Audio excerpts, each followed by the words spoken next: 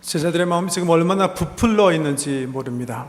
예수라는 갈릴리 청년이 나를 따르라 그래서 예수를 따르고 있는데요. 그런데 보니까 이 청년 예수가 굉장한 사람입니다. 문둥병자를 고치고 귀신 들린 사람 귀신 쫓아내고 시력장애자를 눈 뜨게 하고 그리고 걷지 못하는 사람을 일으켜 세워 걷게 합니다. 예수의 인기가 점점 높아지고요. 많은 사람들이 예수를 따르고 있습니다. 얼마나 제자들이 신났겠습니까? 스승 선택 한번 잘한 거죠. 능력 행하시는 주님이 옆에 계시고 자기들은 마치 버디가디처럼 예수님을 보좌하면서 지금 가슴이 한껏 부풀러 올라 있었던 겁니다. 어느 날이었는데요, 우리 예수님께서 제자들에게 아주 스페시픽한 아주 특별한 주문을 하십니다. 병 고치고 계시던 예수님께서 얘들아 이제는 사역 그만하고 이제 저 호수 건너편으로 건너가자. 사실 이럴 때 제자들은 더 가슴이 뿌듯했을지도 모르겠습니다. 부러워하는 군중들의 시선을 등 뒤로 받으면서 예수님만 모시고 12 제자가 쪽배를 올라타고 이제 호수 저편으로 항해하게 됩니다. 여러분, 갈릴리 호수는 얼마나 아름다운 곳인지 모릅니다. 사이즈가요, 지금 우리가 살고 있는 시리 오브 원 정도 되는 그런 크기입니다. 남북으로 한 21km, 그리고 동서로는 13km 정도 되는 아주 큰 호수입니다. 그 호수에 배를 띄워보면요, 양쪽 옆면은 마치 병풍 같은 산입니다. 그리고 북쪽 끝에 보면 헬먼산, 아주 높은 산인데요, 만년설이 있어서 봉우리에는 눈을 항상 볼 수 있는 그런 아름다운 그런 산입니다. 아름다운 저녁 노을을 앞으로 보면서 제자들이 예수님과 함께 배를 띄워 항해를 시작합니다. 그런데 갑자기 무슨 일이 벌어지죠? 갑자기 호수에 광풍이 불기 시작합니다. 상상도 할 수 없는 무서운 바람이 갑자기 호수에서 일어나서 배를 전복시키려고 하게 됩니다. 여러분, 바다의 광풍을 한번 경험하신 적이 있는지 모르겠는데요, 저는 한번 경험한 적이 있습니다. 다행히 바다에 배 타고 나간 건 아니고 여러분, 피싱 피어라는 데 아세요? 이렇게 바다에 가끔 가보면 땅에서 육지에서 이렇게 나무 교각을 이렇게 져서 한 60m에서 한 100m 정도 길이를 이렇게 쭉 지어놓은 교각이 있는데, 거기 들어가면 바다도 이렇게 들어가서 밑으로 내려다볼 수 있고 또 낚시꾼들은 낚시하기 좋은 데입니다. 10여 년 전이었는데 우리 가족 식구들이 8월 말에 휴가 때 모를비치에 가서 이제 텐트 캠핑을 하게 된 겁니다. 그러는 중에 저와 제 둘째가 낚시를 좋아하기 때문에 우리 둘이서는 교각에 나가서 이제 낚시를 했고, 제 아내는 첫째 막내를 데리고 옆에 있는 비치에서 놀고 있었는데, 고기가 안 잡히다가 오후 늦게쯤에 드디어 고기가 잡히기 시작하는 거예요. 그런데 그때와 동시에서 하늘에 아주 짙은 먹구름이 몰려오기 시작합니다. 바람이 조금 이는데 제 아내는 아마 일찌감치 그 먹구름을 보고 첫째와 막내를 차에 태우고 와서 조르기 시작합니다. 날씨 나빠졌으니까 캠핑장으로 돌아가자. 그때 그 말을 들었으면 참 좋았는데, 남자가 지금 고기가 잡히고 낚싯대를 꺼내 들었는데, 더군다나 낚시꾼들이 좋아하는 버스턴 블루라는 파이러가 올라오는데 어떻게 낚싯대로 접을 수가 있겠습니까? 그래서 한 마리만 더, 조금만 더 하는데 갑자기 빗방울이 떨어지더니요, 이게 뭐 상상도 할 수 없는 바람이 갑자기 광풍이 몰아치는 거예요. 그래서 빨리 낚싯대를 접고 가야 되는데 그 시간을 가질 수 없을 만큼 강한 비바람이 거의 직각으로 몰아치는데요, 저랑 둘째가 겁에 질려가지고 이렇게 돌아보니까 정말 감사하게 그 교각 끝에 그 핫도그나 뭐 이렇게 드링크를 파는 조그만 그 원형 팔각정 같이 생긴 어떤 판매대가 있었는데, 그 아저씨가 그 속에서 이렇게 문 닫고 파장하고 집에 돌아가려고 할 때 우리를 보고 당장 뛰어들어오라고 그래가지고선 그 판매대 속으로 이제 들어가서 이렇게 바다를 보는데 보이지가 않습니다. 거기서부터 제 아내가 있는 그 차까지 거리가 한 7, 80m 정도 되는데요. 7, 80m는 고사하고 앞에 정말 한 치 앞이 내려다보지 않는 칠흑 같은 어두움과 비바람 속에 우리가 있었어요. 나중에 들어보니까 그 중남미에서 허리케인이 올라왔다는데, 그리고 허리케인이 언저리 속에 우리가 들어간 건데 뭐 텐트 치고 있었으니까 방송 듣지 않고 그냥 살았으니까 저희만 전혀 모르고 있었던 겁니다. 어떻든 그때 이 바다가 얼마나 무서운지 정말 톡톡히 경험한 적이 있습니다. 여러분, 갈릴리는 그런 곳입니다. 말씀드린 것처럼 지형적으로요, 분지고 한 200m 수면이 낮은 지역, 골짜기 속에 양쪽에 병풍처럼 이렇게 둘러친 산으로 되어 있어요. 여름에는 한껏 기온이 올라가다가 저녁 때쯤 되면 선선한 바람이 헬몬산에서 불어오게 되는데요. 그렇게 하면 그 찬바람과 떠운 바람이 만나서 갑자기 상상도 할 수 없는 돌풍이 발생할 수 있는 그런 지역입니다. 예수님과 제자들이 배를 가지고 갈릴리 저편으로 항해해 갔는데 바로 그런 돌풍을 갑자기 만나게 된 겁니다. 예수님 제자들 가운데서는 갈릴리 바다에서, 호수에서 잔뼈가 굵은 사람들이 있습니다. 베드로가 그러고 안드레, 요한, 이 사람들은 다 어부입니다. 웬만한 풍랑쯤은 얼마든지 감당할 수 있는 그런 사람입니다. 그런데 감당할 수 없는 풍랑이었죠. 겁에 질려서 죽을 것 같은 사망의 광풍이 이들 접치고 호수에 물이 배에 들어와서 배가 잠기게 된 겁니다. 인생은 흉흉한 바다, 죄와 슬픔의 바람과 피할 수 없는 구름이 늘 에워싸고 있구나 라는 찬송가 시기처럼요, 우리 인생은 죄와 슬픔의 바람이, 그리고 우리가 피할 수 없는 먹구름이 때로는 우리를 덮칠 수가 있는 곳입니다. 왜 이런 강풍이 일어나는가? 왜 이런 광풍이 나에게 임했는가? 라는 퀘스천은 그리 중요한 것 같지는 않습니다. 성경에 보면요, 예를 들면 지중해 한복판에서 그런 광풍을 만난 요나는요, 자기가 범한 잘못 때문에, 실수 때문에 그런 광풍을 만납니다. 하나님께서 사랑하시기 때문에, 하나님이 사랑하는 사람이기 때문에 요나는요, 지중해 한복판에서 하나님께서 연단으로 주신 시험의 광풍을 만납니다. 성경에 보면 모세가 그런 광풍을, 그리고 다윗이 그런 황야를, 그리고 신약에 보면 베드로가 그런 광야의 폭풍을 경험합니다. 자기들의 잘못 때문이었죠.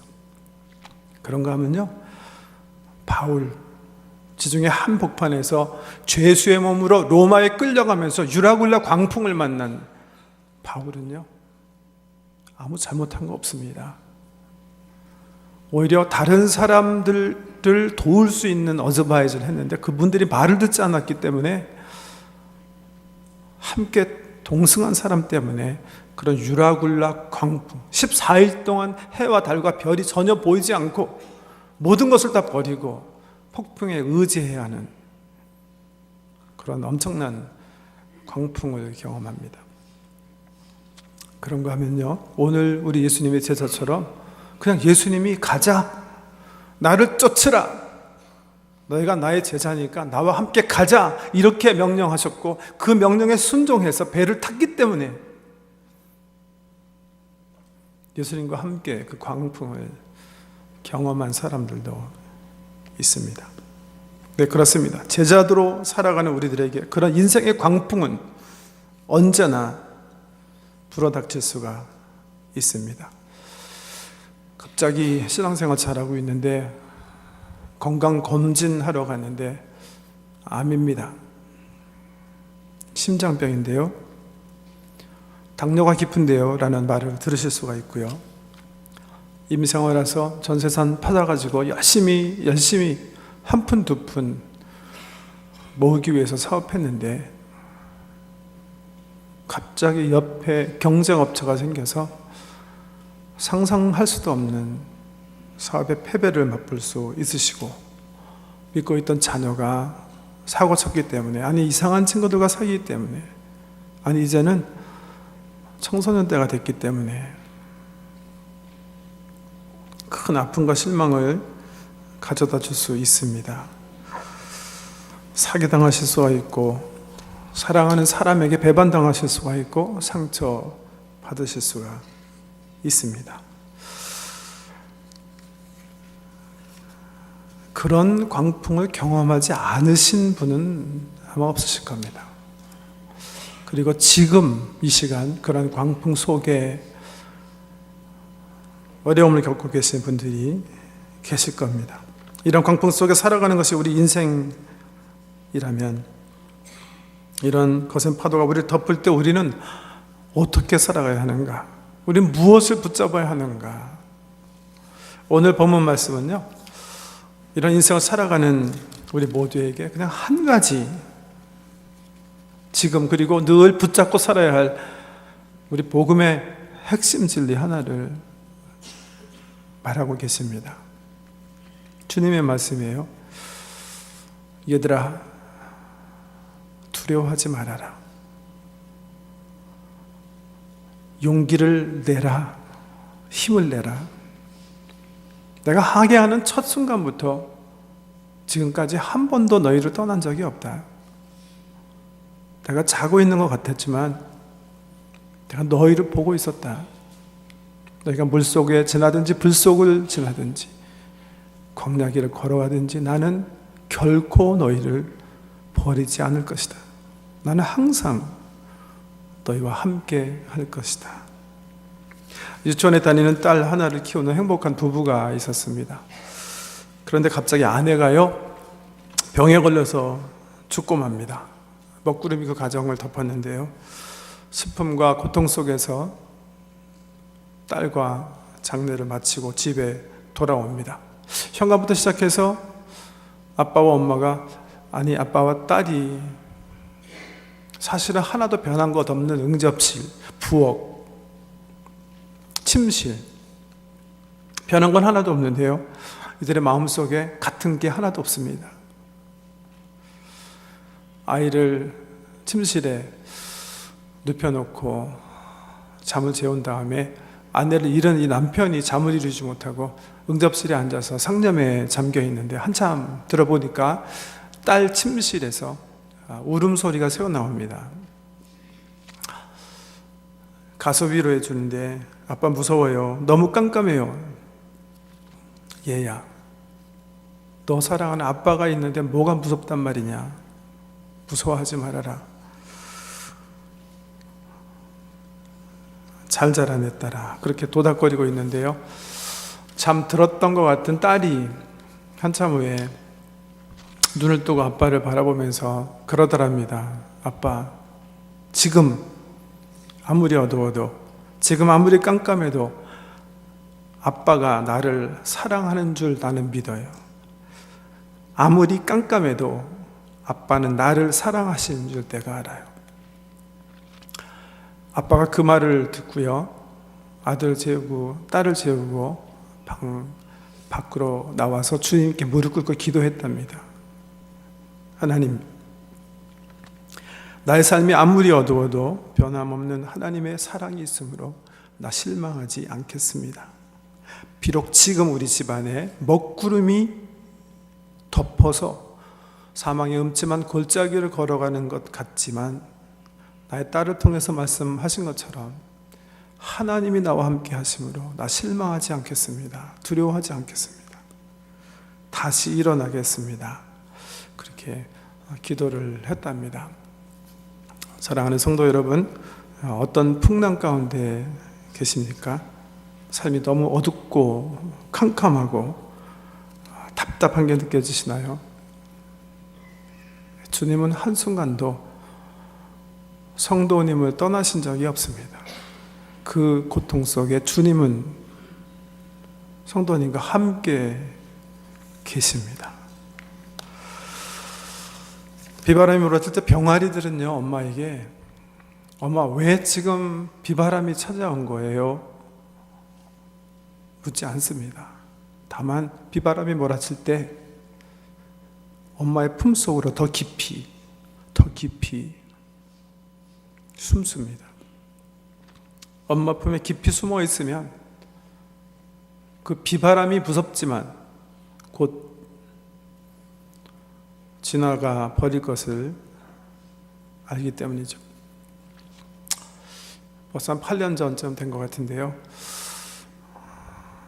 이곳에서였는지 다운타운 예배당에서였는지 우리에게 오셔서 찬양 간증 집회 하시면서 은혜를 끼쳐주신 분이 생각이 납니다.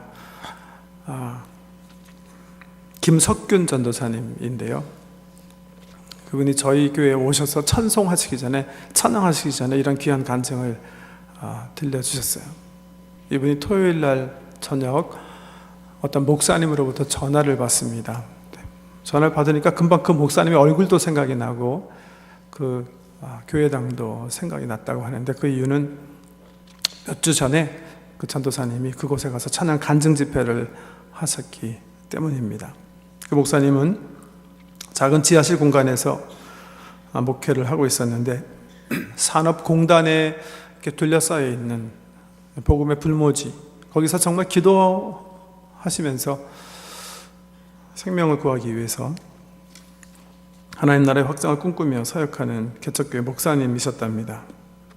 바쁜 토요일 밤에 어떻게 나에게 전화를 주셨을까 물었더니, 목사님 말이 어제 오후에 7층 베란다에서 아내가 빨래를 하고 있었는데 옆에서 놀던 5살 아들이 실수로 베란다에서 떨어져서 죽었다는 겁니다.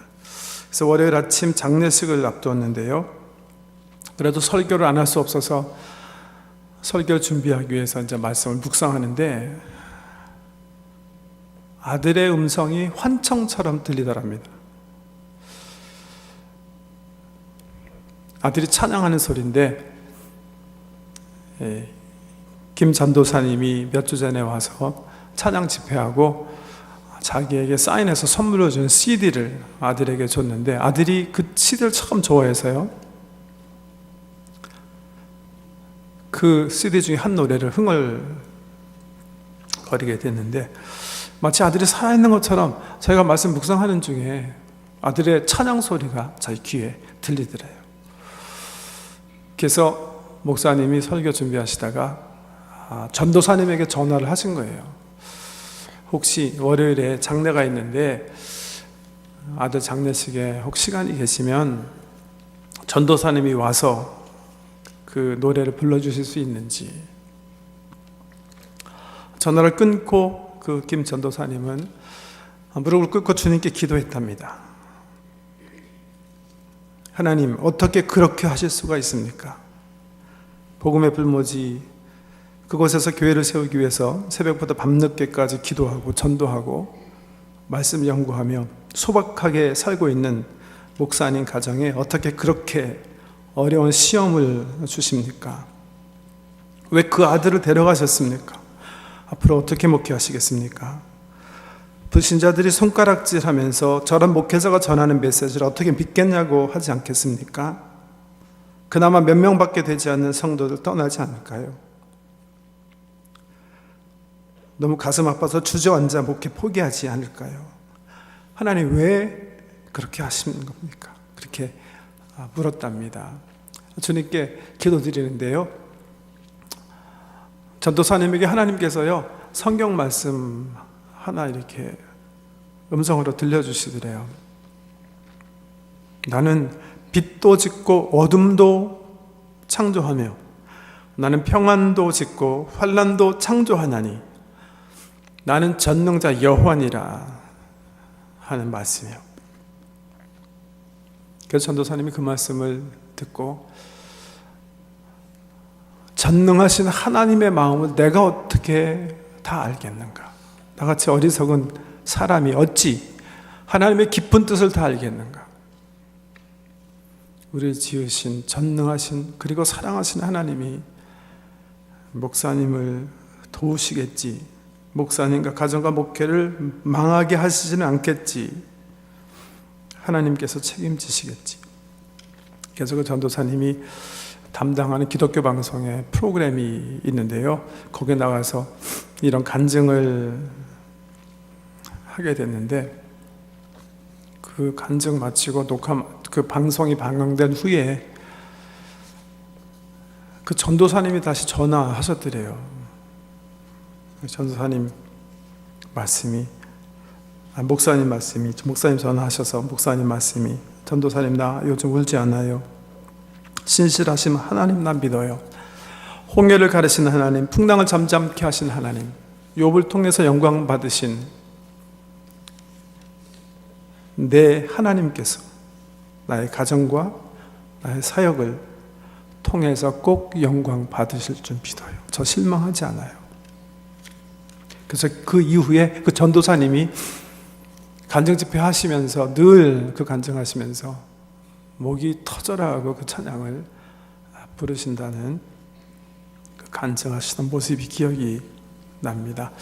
그 찬송 아세요? 왜 나만 겪는 고난이냐고 불평하지 마세요. 고난 뒤편에 있는 주님이 주실 축복 미리 보면서 감사하세요. 너무 견디기 힘든 이 순간에도 주님이 일하고 계시잖아요. 남들은 지쳐 앉아 있을지라도 당신만은 일어서세요. 힘을 내세요. 힘을 내세요. 주님이 손잡고 계시잖아요. 주님이 나와 함께 함을 믿는다면 어떤 역경도 고난도 이길 수 있잖아요 라는 찬양입니다. 영상으로 준비했으니까 한번 함께 찬양하겠습니다.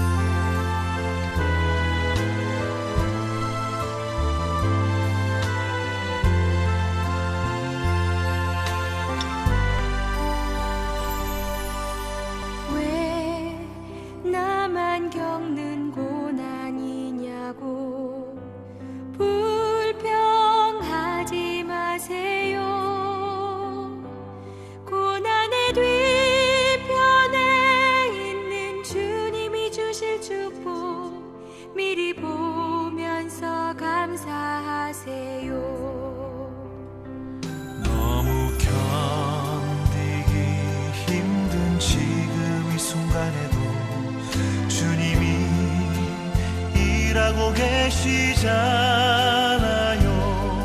남들은 지쳐 앉아 있을지라도 당신만은 일어서세요. 힘을 내세요. 힘을 내세요. 주님이 손잡고 계시잖아요. 주님이 나와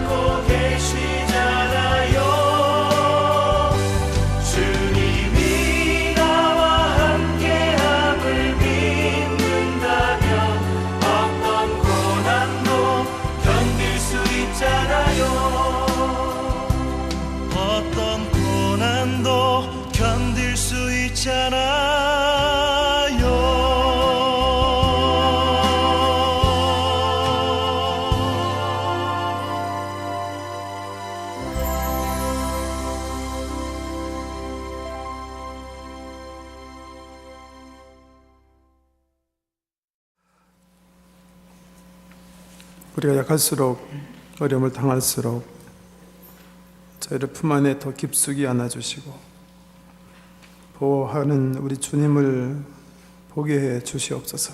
우리 가운데 인생의 거친 파도가 몰려와서 절망과 아픔과 분노 속에 살아가는 형제 자매들이 있음을 주께서 아십니다. 자녀들 때문에, 육체의 병 때문에, 환경적인 압박 때문에, 용서하지 못하기 때문에